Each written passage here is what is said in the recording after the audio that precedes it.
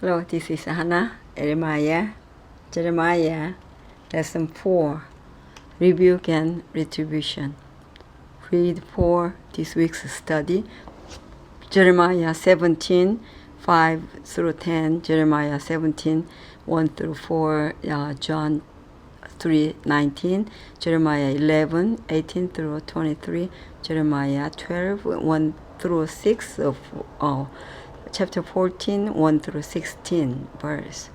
Memory text, Hear me, O Lord, and I shall be heard. Save me, and I shall be saved, for you are my praise. Jeremiah chapter 17, 14. What has been is what will be, and what has been done is what will be done. And there is nothing new under the sun. Ecclesiastes, nothing 1, new under the sun. This is especially true when it comes to the lives and work of God's prophets, who were often called to deliver words of warning and rebuke to those who should have known better. Though seeking to be faithful to their calling, the prophets for the most part faced fervent opposition, even retribution, often from the spiritual leaders, those who should have been the first to listen to them. No wonder Jesus said, "Woe unto you, scribes and Pharisees, hypocrites, because ye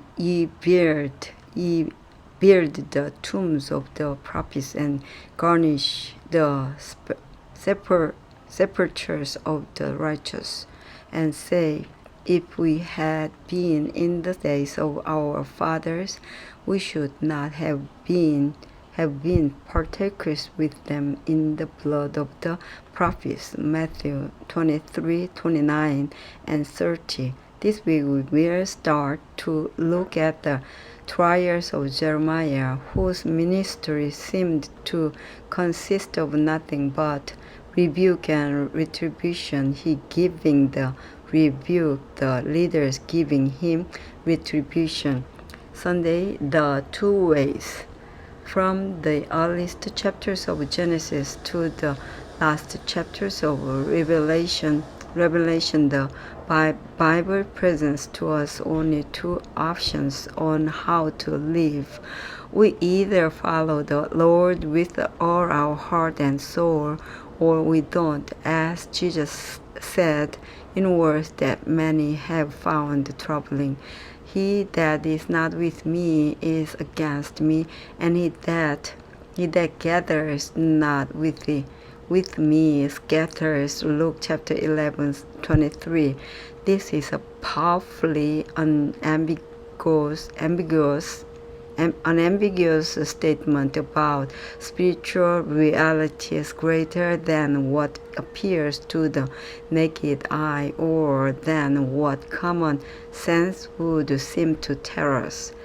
It's the great controversy theme at its most basic level, and yet, in one sense, Jesus isn't saying anything new or radical. It's always been this way. Jeremiah 17, 5 through 10. What crucial spiritual principles do we find here, especially in light of the great controversy between Christ and Satan? The immediate context of these words probably reflects Judah's political dalliances, and the Lord wanted them to understand that their only help was in God, not in political or military powers. Point that they would later learn, but only after it was far too late. Though the Lord can and does use other people to help us, in the end we must always put our trust only in Him. We can never know for sure the motives of others, we can always know God's intentions for us. With good reason, Jeremiah 17:9 warns about the deceitfulness of the human heart. The Hebrew text says that the heart is more deceitful than everything. The horrific physical effects of sin, as bad as they aren't as bad as the moral and spiritual effects. The problem is because our hearts are already so deceitful, we can't fully know just how bad they really are. Jeremiah was soon to see for himself how very bad human intentions can be. How can you learn to trust in the Lord more than you have before? What are ways that you can step out in faith right now and do what is right in the eyes of the Lord? Tuesday, the sin of Judah. Certainly, Jeremiah's task was not going to be easy. Maybe some people might find perverse pleasure in pointing out people's sins, but most would find it to be very unhappening work, especially because of the reactions their words would provoke. Though some, when they hear the words of rebuke, but might repent and reform. That's usually not the case, especially when the rebuke itself is very pointed and strong.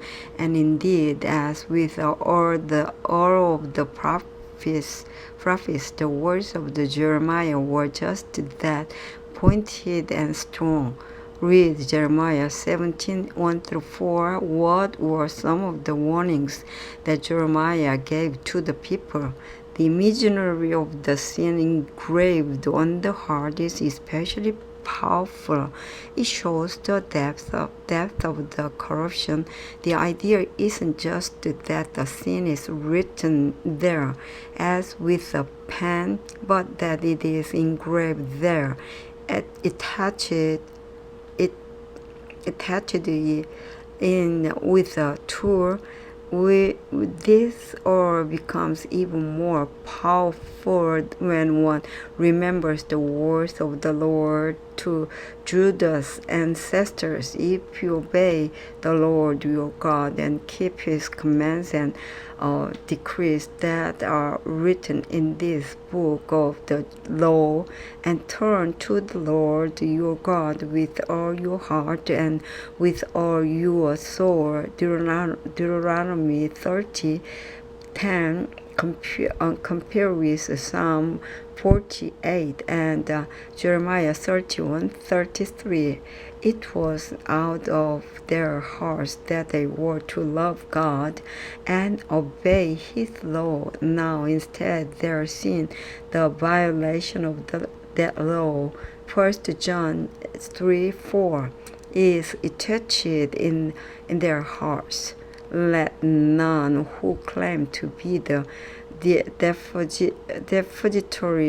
depositories of God's law flatter themselves that the regard they may outwardly show toward the commandments will preserve them from the exercise of divine justice. Let none refuse to be reproved for evil, nor charge the servants of God with being too jealous in endeavoring to cleanse the camp from evil doing. A sin-hating God calls upon those who claim to keep his law to depart from all iniquity. Prophets and Kings, page 416, by Ellen G. White. Sin engraved on the heart. That scary thought, is it not? What does that image say about just how deep and intense the work of purifying our hearts is? Was the only way to accomplish it to say the warning to Jeremiah, and this is the condemnation that light is come into the world, and men loved the darkness rather than light, because their deeds were evil. John 3:19. The sad story of Jeremiah is that the opposition he faced came from the very ones whom through him the Lord was trying to save. The Lord wanted to spare them the disaster that was sure to come. The problem, though, is that people often don't want to hear what they need to hear because it cuts against their simple and corrupt desires. Read Jeremiah 11:18 through 23. What is going on here? What does some of the imagery remind us of? Though in ancient Israel, those who falsely prophesied in the name of the Lord could face death. In this case, there was no indication that the man of Anathoth through Jeremiah thought Jeremiah was speaking falsely. Instead, it seemed that they just wanted him silenced. They didn't want to hear what he had to say, though the text doesn't say how they planned to kill him. Some scholars have thought that they might have been thinking of poisoning him, as we saw too. Anathoth was Jeremiah's hometown, and its people were rejecting his message, even to the point of being willing to kill him. This, though was only the beginning of a much wider rejection by all but a remnant of his own nation. Of course, all of this, including the lamb led to the slaughter imagery, evokes the sacrifice of Jesus. In a sense, Jeremiah prefigured Christ, not as a type like the animal sacrifice, but in that he, unlike Jesus, faced powerful opposition from the very ones he was trying to help. This situation in Jeremiah's life definitely calls to mind what Jesus went through early in his ministry as well. Luke chapter 4:14 through 30. When was the last time you heard something that you knew was right, but you simply didn't want to hear it? What was your initial reaction? In cases like this, why must we learn to take up our cross? Wednesday, let's go to Wednesday. A lament. Yeah, in the earliest chapters of Jeremiah, the Lord had warned his servant that his work as a prophet was not going to be easy. At the time of his calling, Jeremiah was told that Judah's princes, kings, priests, and people would fight against him. Jeremiah 1:19. Although he was told that the Lord would sustain him and that his opponents would not prevail against him. Jeremiah 1:19. No doubt the warning that most of his own people were going to fight him wasn't welcome news. Jeremiah, though, didn't yet know the half of it, and when trials came, he was understandably angry and hurt. What universal issue is the prophet struggling with Jeremiah 12, 1-4. What is the prophet's attitude toward those who have hurt him? What does this tell us about the humanity of even God's most faithful servants? Jeremiah 12:1, filled with Old Testament legal language, the Hebrew words for righteous, bring a case, and justice all appear in legal settings. The prophet, so upset over what he has been facing, is bringing a lawsuit. See Deuteronomy 25:1 against the Lord. His complaint, of course, is a common one. Why do evil people always seem to prosper? We can see too Jeremiah's humanity exhibited. He wants those who have done evil to him to be punished. He's not speaking here as a theologian. He is speaking as a fallen human being in need of grace who, like Job and like many of God's faithful people, doesn't understand why these things are happening to him. Why should Jeremiah, God's servant, called to declare God's truth to a rebellious people, be subjected to the treacherous plots of his own village? Jeremiah trusted in the Lord, but he surely didn't understand why things were happening as they were. How can we learn to trust in the Lord despite all the things that happen that just doesn't seem to make sense to us? Thursday, yeah, I just think about that too. So I think you too. Let's go to what's the God's thought. A desperate situation.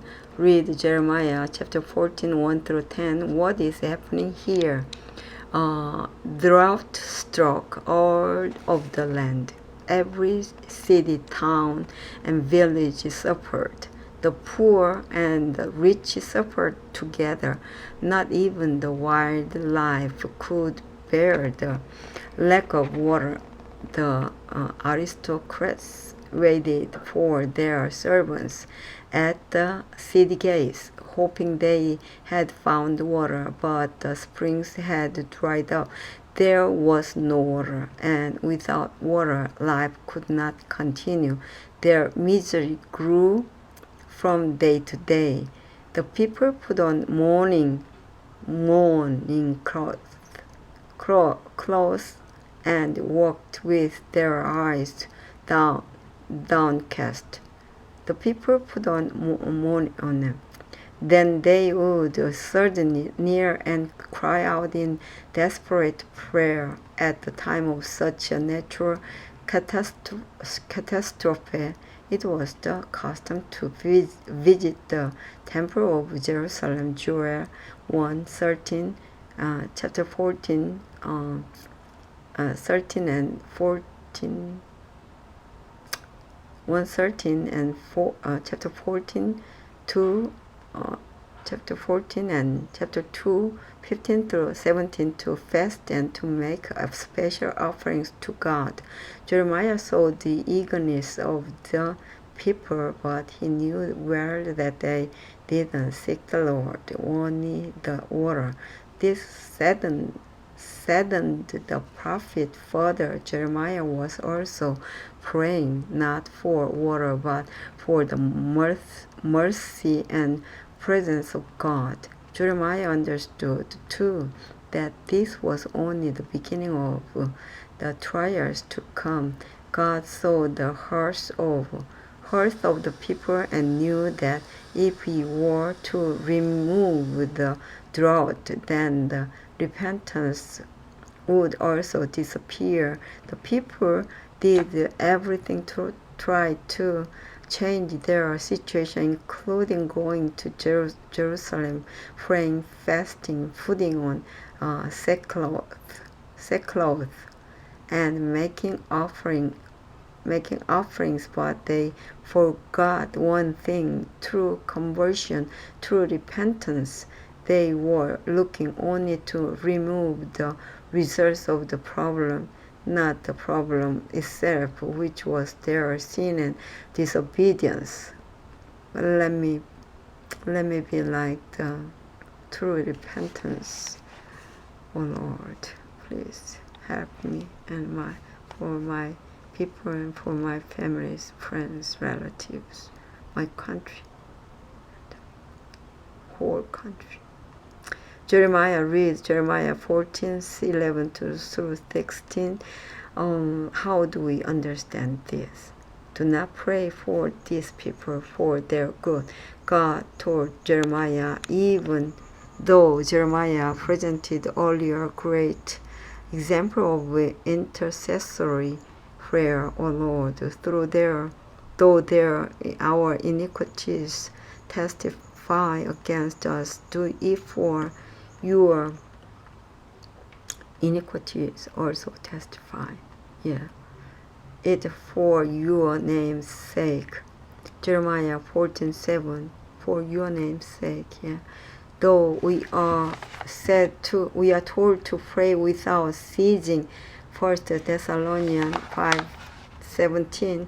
In this case, the Lord, who knows everything from beginning to end, is revealing to Jeremiah just how corrupt and fallen these people are. Of course, God knows people's hearts, and God knows the future. We don't hence the New Testament admonition to pray even for our enemies doesn't lose any of its force here. Yeah, that's right, the situation. Friday, Father thought Jeremiah struggled with a question that we all do. How do we make sense of evil? But maybe that's the problem. Trying to make sense of what's not sensible, what could even be deemed as nonsense. In this regard, Ellen White wrote, it is impossible to explain the origin of sin so as to give a reason for its existence. Sin is an intruder for whose presence no reason can be given. It is mysterious, unaccountable to excuse it is to defend it. Could excuse for it be found or cause be shown for its existence? It would cease to be sin. The Great Controversy, page 492. So through our life, if we do evil, we can find it, the result. So like the light, there are shadow. That's the natural after we just get the result of sin. No excuse. Just through our life, we have to know and then go to Jesus. Like Jesus, live in this, the corrupted world as a pure. He just asked to God. So we have to testify like Jesus testified God. We have to testify our God. God is really fair God, but He's still in unfair stateness because we just measure in our sight, not God's sight. Yeah, let's go. Replace the word sin with evil, and the statement works just as well. It is impossible to explain the origin of evil so as give. a reason for its existence. Evil is an intruder for whose presence no reason can be given. It is mysterious, unaccountable. To excuse it is to depend it. Could excuse for it be found or cause be shown for its existence, it would cease to be evil. When tragedy strikes, we hear people say, or we ourselves think, I don't understand this.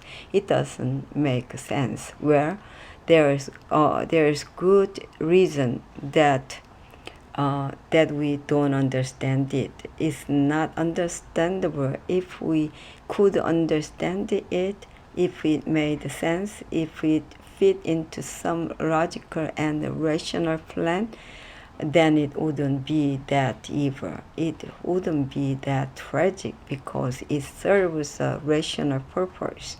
How crucial it is that we remember that evil, like sin, cannot often be explained. What we do have, however, is the reality of the cross. Yes, there are reality, which shows us the love and goodness of God, despite the inexplicable evil caused by sin. Yeah, explicable evil caused by sin. Through our life, we can just find it. Discussion question 1. Dwell more on this idea that evil and suffering don't make sense, that they don't have a rational or good explanation. Why is it better that way? Think about it. A horrible tragedy strikes, perhaps to a young child dies of a terrible disease after years of suffering. Do we really want to believe that a good and rational reason exists for this? Isn't it better to chalk it up to the terrible and evil results of living in a fallen world? Discuss in class. Think about that. Yeah. Inside the story. Nothing but faith. But part 1. John grew up knowing that God was calling him to become a minister. When he tried to ignore or it's hard to, I just hold one hand.